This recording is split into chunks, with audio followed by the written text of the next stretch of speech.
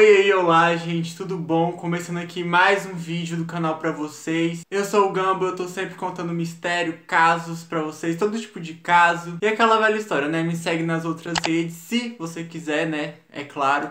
Também te peço, assiste esse vídeo até o final e se você quiser, você comenta, dá um like e compartilha que ajuda bastante. Temos a nossa palavra do dia, né? Todo caso tem uma palavra do dia aqui que você comenta aí e eu te dou um coração e te respondo. E hoje a palavra é o nome Bryce. Comenta aqui bastante que eu vou te responder, tá bom? É isso, já enrolei demais pra falar, se vocês deixarem, vocês sabem, né, gente, que eu enrolo muito e começo aqui a falar um monte de coisa. Então é isso, aviso entregue, recado dado, vamos pro caso. Bryce Laspisa nasceu em abril de 1994 e alguns meses depois foi adotado por Karen e Michael Laspisa, que não tinham outros filhos. Ele cresceu em Illinois. Em 2012, o Bryce se formou na Upper Valley High School em Illinois e em 2013 os pais de Bryce se aposentaram e resolveram se mudar para a cidade de Laguna Niguel, na Califórnia. Bryce parecia se ajustar à vida na Califórnia sem problemas.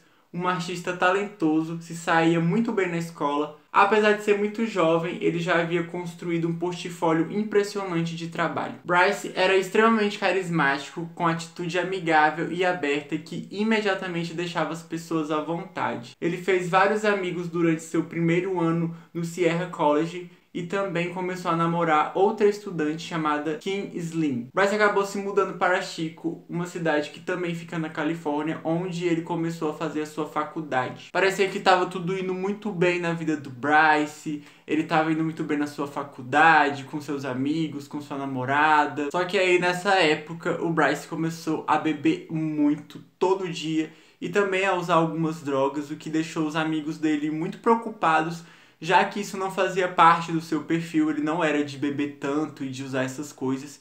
E ele começou a usar isso muito diariamente, o que foi um susto assim para todo mundo. E era sinais de que algo não estava indo bem. E vale destacar que era o ano de 2013, ele estava no segundo ano da sua faculdade, que era de desenho industrial. Então, no dia 27 de agosto de 2013, algo que o Bryce fez deixou a namorada dele, a Kim, muito mais preocupada do que ela já estava normalmente.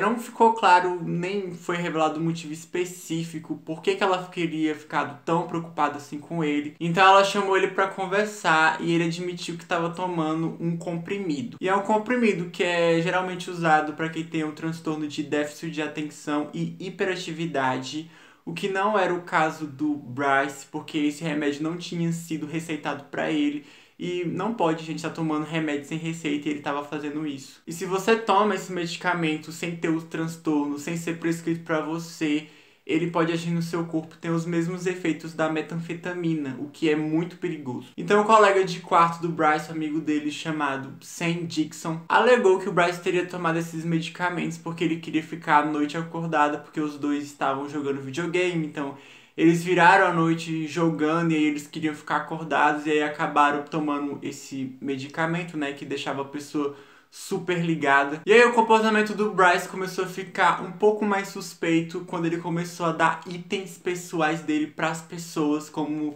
se ele fosse se mudar para algum lugar. Então, para a namorada dele, ele deu um par de brincos de diamante, que eram da mãe dele.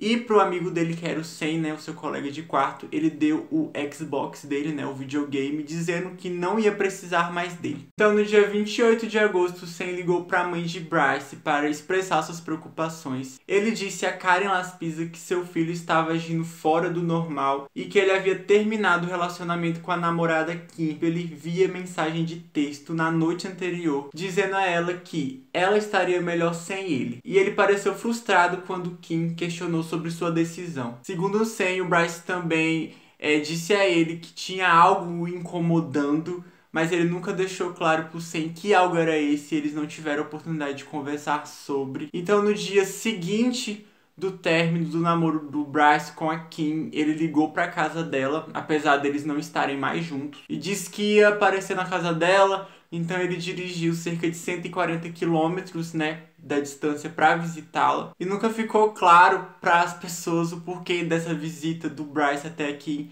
Porque eles não voltaram, o motivo não foi esse. Ele continuou firme com a sua decisão de terminar o seu namoro. E ele também não deu nenhuma razão aparente pra visita ou por que ele teria terminado o namoro, então tava tudo muito esquisito. Então ele ficou na casa da Kim por um tempo e depois disse que já tinha que voltar. E a Kim achou muito estranho, então ela disse pra ele que não era bom ele dirigir daquele jeito, que ele tava assim muito estranho. E aí ela disse pra ele dormir um pouco e depois tomar viagem. Ela até pegou as chaves do carro dele e não queria devolver, sabe? Ela tava preocupada. Então o Bryce não queria saber, ele não queria ficar, ele disse que iria embora. Então quando a Kim não devolveu as chaves, ele resolveu ligar pra mãe dele e contar o que estava acontecendo. Então ele falou pra mãe dele tentar convencer a Kim e passou o telefone pra ela. E aí a mãe convenceu a Kim a devolver as chaves do carro pro filho. E aí a Kim disse que não era bom porque ele não estava muito legal. Ela explicou a situação para a mãe dele, mas mesmo assim a mãe insistiu que ela devolvesse a chave. Então a Kim devolveu as chaves do carro do Bryce, mas com a condição dele ligar para ela na manhã seguinte e informar se estava tudo bem, se ele tinha chegado bem em casa. E a mãe do Bryce também combinou que queria conversar com ele para saber o que estava acontecendo. Ele concordou que queria ter essa conversa, mas ele disse pra ela não ir visitá-lo na casa dele, não fazer essa viagem. E aí o Bryce saiu da casa da Kim por volta das 10h30 da noite. Então no dia 29 de agosto, 1h da manhã, o telefone da Karen tocou, que era a mãe do Bryce. E aí ela não conseguiu atender o telefone a tempo, então a chamada caiu.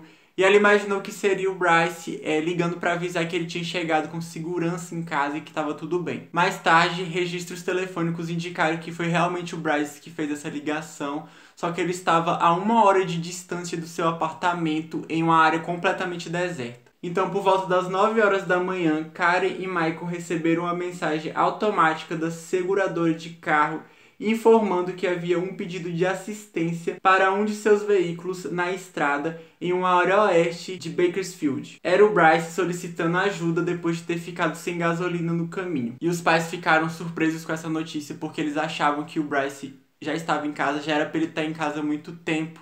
E o colega de quarto do Bryce também disse que ele não tinha voltado para o quarto deles. Foi verificado que o Bryce rodou cerca de 563 quilômetros desde aquele local que ele estava 1h da manhã, que era aquele local deserto, até onde a gasolina dele tinha acabado. O atendente da seguradora chamado Christian foi ao local onde o Bryce estava e entregou 3 galões de gasolina para ele, que pagou $20 de combustível no cartão de crédito de seus pais. Os registros de cobrança mostram que Bryce estava em uma cidadezinha chamada Buttonwillow e devido à localização da cidade e à curta distância de Laguna Níquel, Karen e Michael presumiram que seu filho estava a caminho para visitá-los. Se o Bryce tivesse permanecido naquela rota sem parar, ele teria chegado na casa dos pais em menos de 2 horas. Depois que a gasolina foi entregue para ele, passou várias horas e o Bryce não chegava em casa, o que era estranho, já que não tinha necessidade dele demorar tanto assim, já que ele estava na metade do caminho.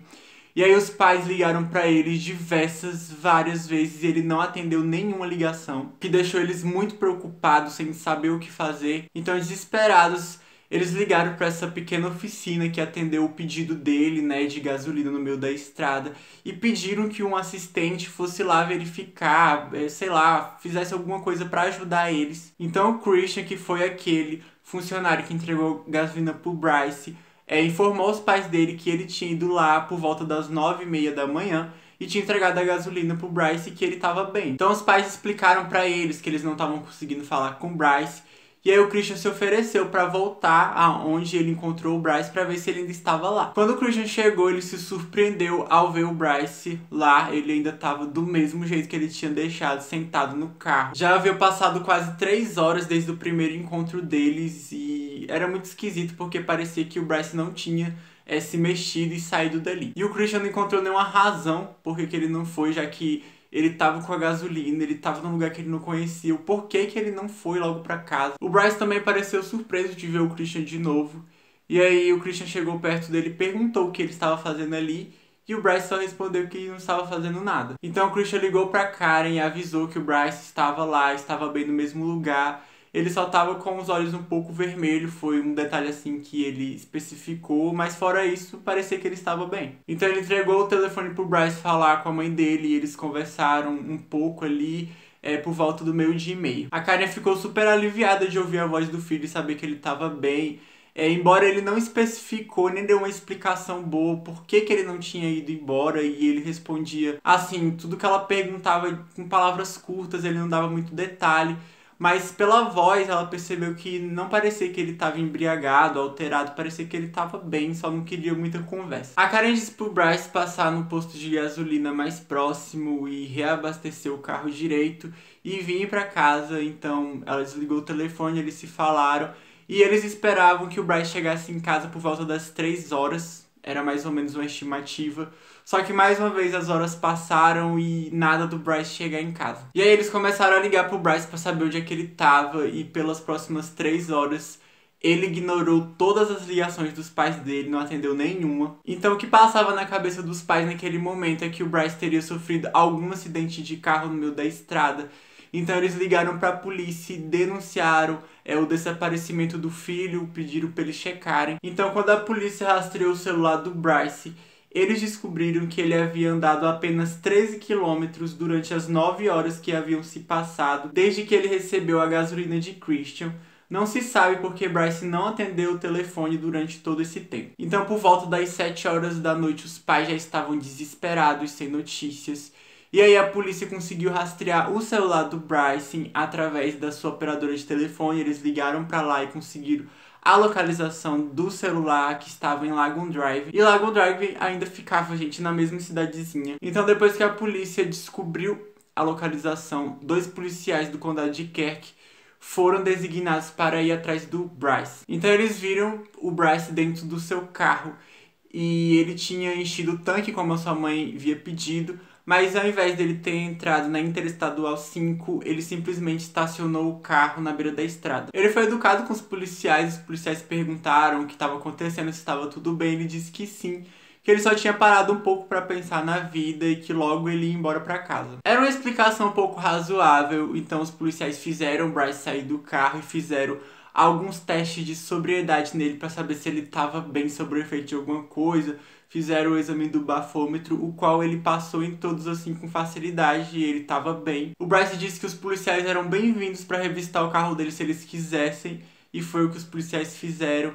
E encontraram absolutamente nada no carro dele, nem álcool, nem drogas, nem nada desse tipo de substância, não tinha nada. E nessa cidade que parecia que ele insistia em ficar, gente, não tinha nada pra fazer, era uma cidade super pequena. Esse lugar é basicamente uma parada no meio do caminho para os motoristas que estão viajando pela Interestadual. A cidade tem cerca de 2.000 habitantes, é produtora de algodão, possui um dos maiores depósitos de lixo tóxico do país, e os únicos pontos turísticos são uma árvore cuja flor deu o nome da cidade e um autódromo. Então assim, gente, o Bryce já era maior de idade, ele não estava embriagado, ele não tinha cometido nenhum crime, então não tinha muito o que a polícia fazer, além de pedir para ele ligar para os pais e retornar de volta para casa.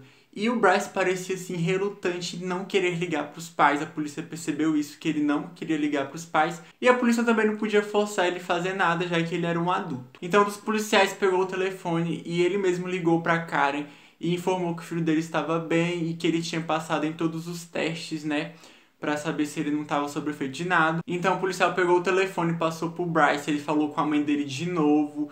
E ela pediu por favor que dessa vez ele voltasse pra casa e não parasse no caminho mais. Isso aí era por volta das 8 horas da noite. Essa ação da polícia, desde que eles encontraram o Bryce, durou cerca de 20 minutos.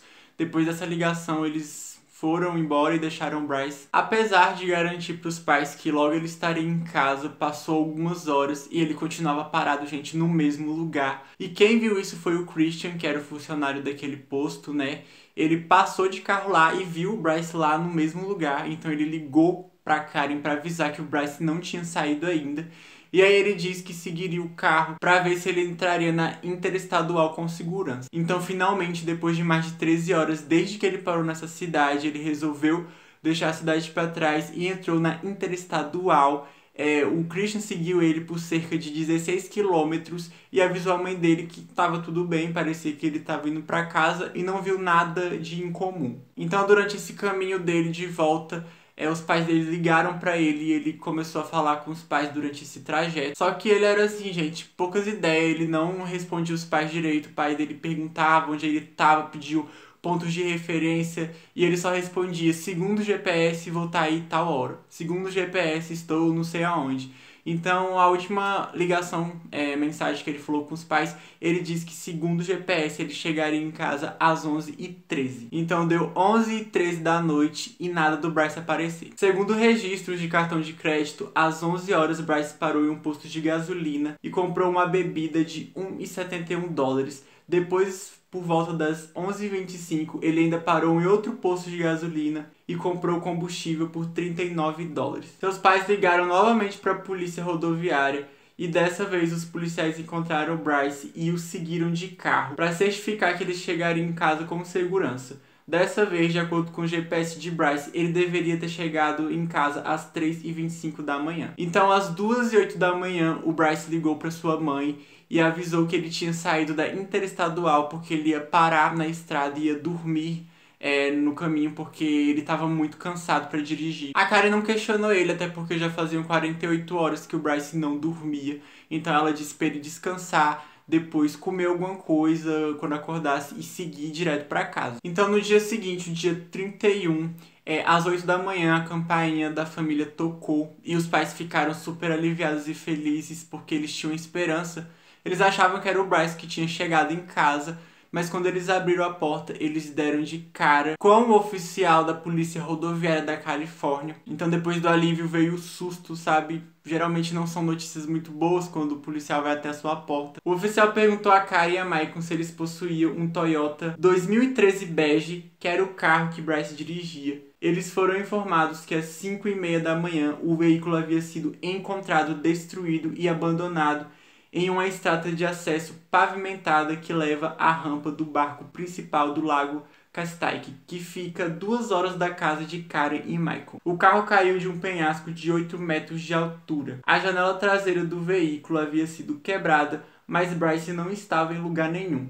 A polícia presumiu que ele estava no veículo quando bateu e ele escapou quebrando a janela traseira. Havia um pouco de sangue no encosto do motorista, do banco do motorista, e um pouco de sangue no banco de trás, mas era bem pouquinho e a polícia achava que isso não era um ferimento grave que deixaria ele, sabe, a ponto de perder a vida. Era algo assim leve, tanto que pelo lado de fora, por onde ele teria saído, não foi encontrado nenhuma marca de sangue, nem de roda, nem de pegada, nem de nada. Tava tudo assim, normal. Dentro do carro eles encontraram o celular, a carteira, um laptop do Bryce e uma mochila que tinha sido arremessada pro lado de fora do carro, perto da janela traseira que o Bryce quebrou para sair. No penhasco eles encontraram marcas de roda, que foi por onde o carro passou. Com base nos padrões das marcas do pneu encontrada, a polícia concluiu que o Bryce estava numa velocidade muito alta e que foi proposital porque ele não usou em nenhum momento os freios. Então a conclusão dos investigadores foi que o Bryce tentou tirar a vida atirando o carro no lago. Só o que o Bryce não viu é que depois do penhasco não era o lago todo, ainda tinha uma estradinha que não dava pra ver por cima. Então ele atirou o carro pensando que ia cair direto na água. E aí ele deu de cara com essa estrada onde o carro foi encontrado. Uma busca massiva na área ocorreu no mesmo dia em que o carro do Bryce foi encontrado.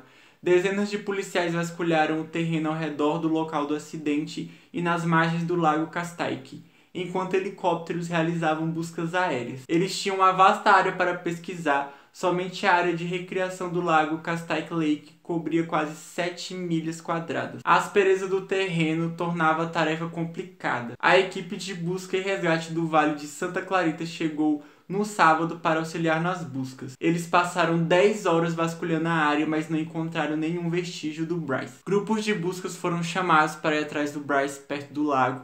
Mergulhadores passaram dias procurando, porque o que todo mundo acreditava é que o corpo do Bryce estava na água, mas eles revistaram basicamente o lago todo durante vários dias e não encontraram nada. E aí durante as buscas aconteceu uma coisa que deixou todo mundo preocupado.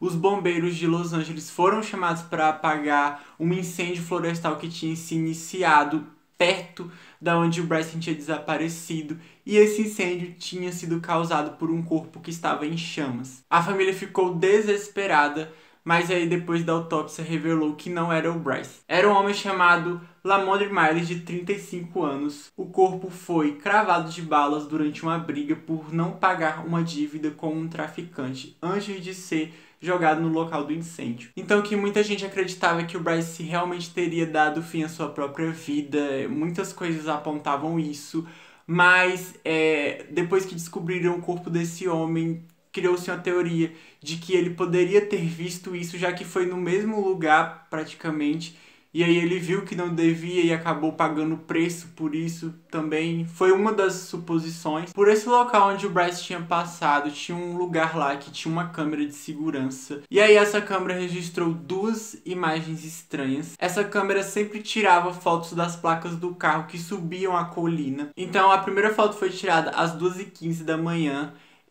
Foi da última vez que o Bryce falou com a sua mãe, e mostrava o carro do Bryce subir na colina normalmente para pegar o caminho para ir embora. Só que aí às 4h29 da manhã, a mesma câmera tirou outra foto do carro do Bryce subir na colina de novo. O que era estranho, gente, porque ele tinha passado lá às 2 e pouco da manhã, ele deu a volta toda para passar de novo por essa colina. E o que ele fez durante essas 2 horas que a câmera não registrou suas imagens, sabe? A hora exata do acidente até hoje é um mistério, mas o carro do Bryce foi descoberto menos de 1h30 depois da câmera registrar a segunda imagem do carro dele passando pela colina. A polícia chegou no local às 5h30 da manhã e não havia indícios, vestígios de ninguém. Não parecia que ninguém tinha tramado contra ele, ou estava com ele, ou passou por aquele local. Então, assim, era um quebra-cabeça infinito para a polícia. Cartazes com a foto do Bryce foram distribuídos por uma rede de voluntários. No 9º dia de buscas, uma equipe de cães foi trazida de fora do estado e Kim dirigiu até a área em busca de um par de tênis e meia do Bryce para que os cães tivessem algo com o cheiro dele. Os cães rastrearam o cheiro de Bryce até uma parada de caminhão. E foi aí que as pistas terminaram. E ao mesmo tempo que a polícia investigava, eles entrevistavam parentes e amigos mais próximos do Bryce para tentar descobrir alguma coisa. E aí foi aí que eles descobriram que ele deu seus bens pessoais. E aí eles descobriram outra coisa, que foi uma mensagem que ele mandou pro Sam antes de desaparecer. Essa mensagem dizia: "Eu te amo, mano, sério. Você é a melhor pessoa que já conheci e salvou a minha alma." Isso porque geralmente pessoas que estão pensando em acabar com a sua própria vida podem doar seus bens e falar o quanto amam as pessoas que são importantes para ela. Mas o Sam disse que nunca teve essa impressão do Bryce, e mesmo ele falando essas coisas, ele não achava que ele faria isso com ele mesmo. Os pais do Bryce também não escaparam de acusações, eles foram considerados um pouco suspeitos. Geralmente nesses casos os pais eles se tornam suspeitos, e aqui também não foi diferente. Isso por conta de algumas atitudes que eles tomaram que para as pessoas foi estranha, como por exemplo, quando o Bryce não estava bem, a Karen insistiu para Kim dar a chave do carro para ele voltar para casa, mesmo sabendo que ele não estava bem para dirigir. Também outra coisa que foi um pouco estranha foi que mesmo o Bryce não querendo voltar para casa, a família sabia da localização deles, e por que que eles, em vez de esperarem um filho lá, por que que eles não pegaram um carro e foram até onde ele estava para trazer ele com segurança para casa, já que ele não estava agindo normalmente? Segundo o dono de uma dos sites, das fontes que eu pesquisei, ele disse que entrou em contato com um amigo de infância do Bryce e de adolescência, e esse amigo deu algumas declarações sobre a relação do Bryce com os pais dele. Ele alegou que havia problemas entre o Bryce e seus pais. Karen e Bryce tinham um relacionamento de codependência.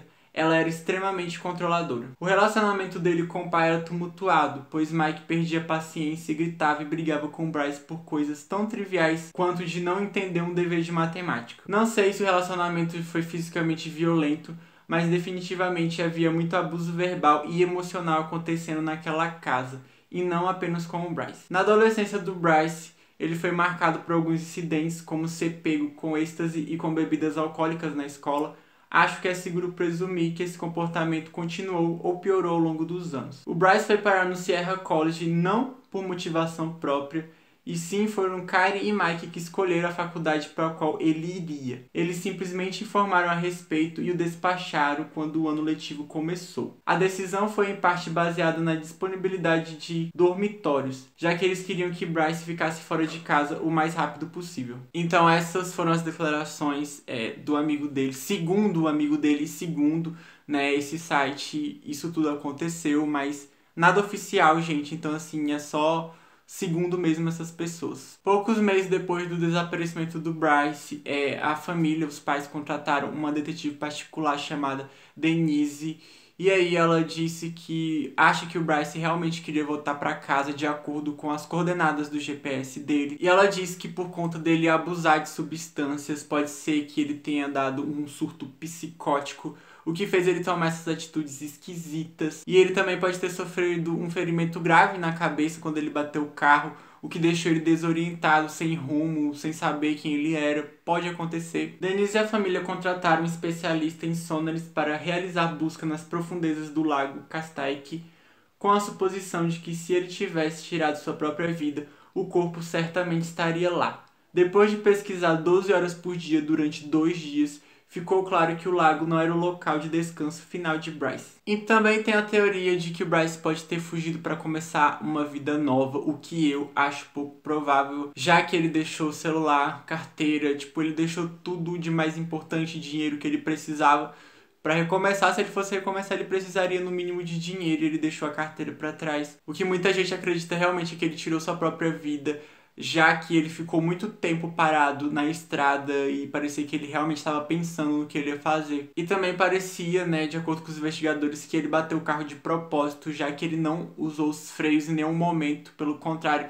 o carro estava numa velocidade altíssima. E também é possível que depois que ele bateu o carro, ele tenha pegado carona com algum caminhoneiro, já que os cachorros encontraram o cheiro dele nessa parada, né, de caminhões, e aí ele pode ter pegado carona com alguém ruim que acabou fazendo mal pra ele, sumindo com ele, é uma das possibilidades. E também, ou ele pode ter surtado, já que problemas mentais costumam se manifestar às vezes na adolescência e no começo da vida adulta, e o álcool e as drogas, elas influenciam muito nisso. Mas mesmo assim, se isso tivesse acontecido, alguém já teria encontrado ele. Se ele estivesse vagando por aí, desorientado, não era difícil reconhecer ele era muito assim específico. Depois de 2 semanas, a polícia anunciou que a busca oficial por Bryce estava sendo reduzida.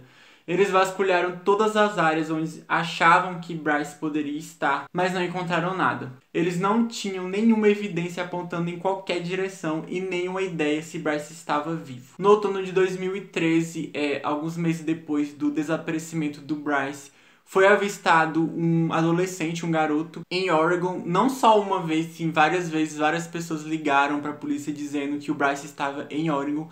Mas apesar disso, eles nunca encontraram nada, gente, nada comprovando que isso era real. Suas informações foram inseridas no Banco de Dados Nacional de Pessoas Desaparecidas e suas impressões digitais. Registros dentários e DNA estão todos arquivados. Seus pais nunca pararam de procurá-lo e esperam um dia saber o que aconteceu com seu único filho. Bryce é um homem branco, ruivo e de olhos azuis. Ele tem 1,60 de altura e aproximadamente 72 quilos. Ele tem uma tatuagem de uma cabeça de touro e o seu aniversário em algarismos romanos no braço esquerdo. No momento do desaparecimento, Bryce vestiu uma camiseta xadrez azul e branca, bermuda branca e tênis vermelhos da Nike. E até hoje não se sabe nenhuma notícia do Bryce. Desde 2013 ele se encontra desaparecido, não foi encontrado mais nenhuma evidência, nenhuma prova, nada que indicasse aonde ele está, e a família segue procurando até hoje. Então esse foi o caso de hoje, esse foi o vídeo, espero que vocês tenham gostado.